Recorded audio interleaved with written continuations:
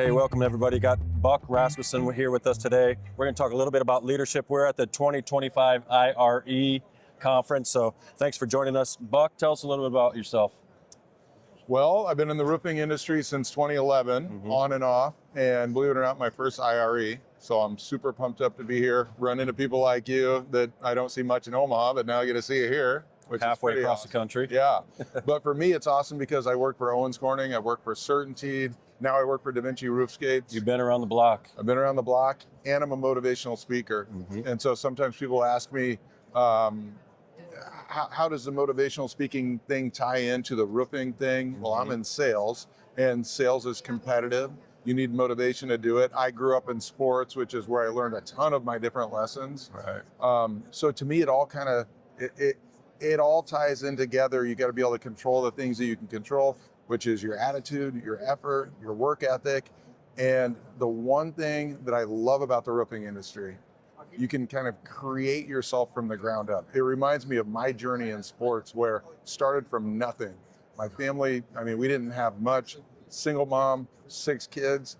And at a very young age, what I realized is there's a lot of chaos in my upbringing. There's a lot of instability, but I learned through sports, wrestling and football, that I could control my attitude and effort. And with that, I could kind of control the outcome of my life.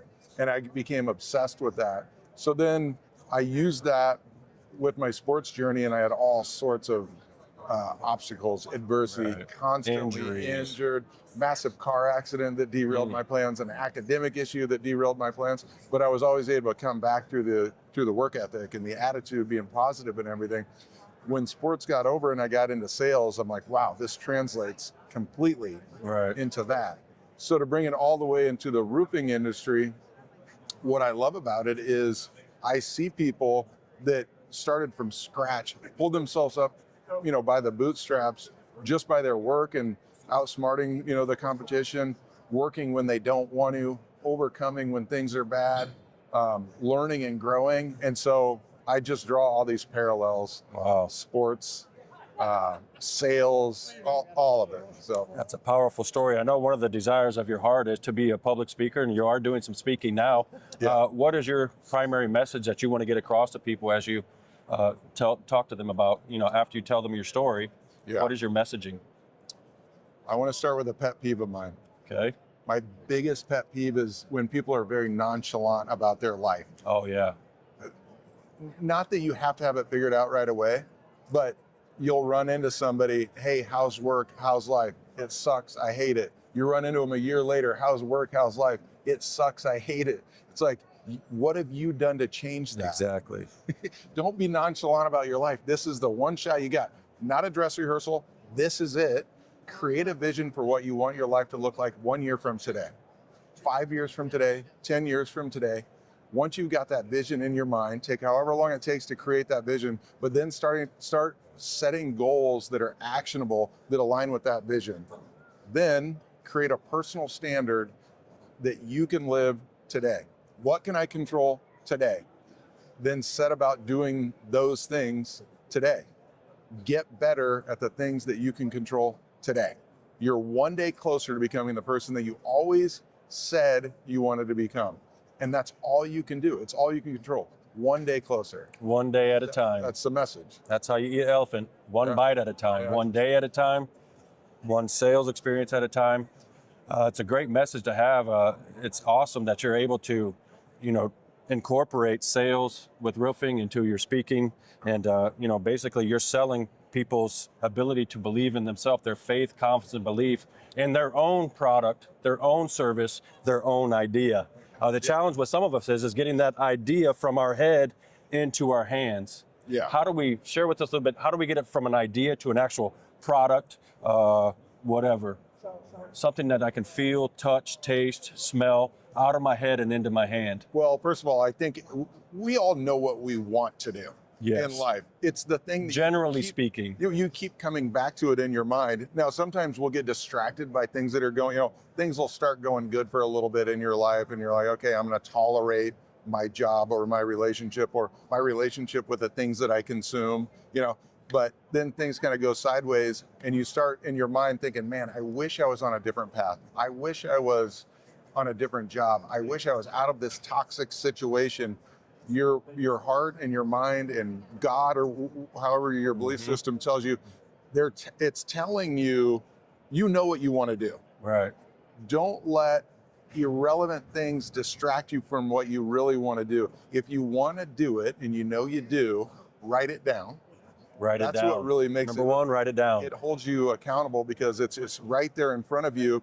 When you get distracted from it, you look back and you're like, at some point, I told myself this was extremely important to me. I wrote it down, you know? If you wrote it down, I mean, it's like a compass. It's going to tell you straight where north is. This is where I'm heading. Oftentimes the distractions, I mean, they come from every direction all the time. It's just a matter of identifying where your true north is, what your purpose, your vision, your mission, your assignment is, and continue to move in that direction. Yeah. So write that, you know, the vision for your life down, and then just create the goals that align to it. Write that down. And then to me, I create an inventory list. When I have a big goal, I just create an inventory list of the things that I can do today that, you know, that align with it. So you break that big goal that's in your head into bite-sized pieces that you can accomplish on a daily basis. Yeah. Yeah. And the biggest thing is, don't get so caught up on the money aspect of it. Right. You know, your dream is your dream. I really do believe if you do whatever it is that the desire of your heart, you'll make money at it. As a byproduct of servicing your gift, your desire. It won't be the thing. Correct. The thing will be, you know, your passion. You have fun doing it, creating it, working at it, whatever it is. And then the money will come if you want it to come. You'll monetize it. Absolutely. So this has been going through my head lately. It's the principle, if it's to be, it's up to me. What is your interpretation of the principle? How would you best explain that? Sift it through your own experiences, and how would you define that? It goes right back to controlling what you can control. Controlling what you can control. How much time do we have? We got time. Take your time. Go ahead. So I think people learn best in stories, and I have so many stories, but the way, you know, it started when I was a young kid learning to control what I can control because everything was chaotic around me. But when it really came into focus in sports, my senior year in college football, I was a preseason, I'd been through a bunch of injuries leading up to it and everything. Finally, going into my senior year of college football, I was a preseason All-American in Sports Illustrated. I had 6 sacks in my last 2 games in my junior year. So I put myself on the map. Agents are starting to kind of blow me up. Scouts are everywhere. Preseason All-American in Sports Illustrated. I was 6'5", 290. I ran a 4.8. I had a 36-inch vertical. All the metrics. 4th round draft pick grade. It was all finally going to happen. First game of the year, had a really nice game. Tuesday, second week of the year at practice, we're doing one-on-one pass rush drills against the offensive line. I step in a hole, I dislocate my kneecap, and instantly everything was gone. Everything that I had ever worked for was down the drain immediately. That was my instant thought, while my kneecap was still here, over on the side of my leg. That was the first that flooded into my mind. Within seconds, one of the trainers pops my kneecap back in place. The pain starts to subside. And in that moment, something overcame me, this feeling. It wasn't even like a thought. It was like this feeling so intensely strong that told me I'm going to the NFL. In the worst moment of my life, in my mind, it flooded my mind, I'm going to the NFL. And in the next 6 months where I had my knee reconstructed for the second time in 4 years, I'm grinding through hell, basically. I was put in a spot where I had no choice but to focus on today. Absolutely. I could not, I would look back, at first, I would look back and wish I could change the past. Can't change the past. Every setback is just a setup for another comeback. There you go, man. I love it. And so I couldn't change the past. And then I would find myself drifting towards wishing I could skip towards the future, to a brighter time in the future. Quantum leap. Yeah. And it's like, of course, I realized I can't go back. I can't skip forward.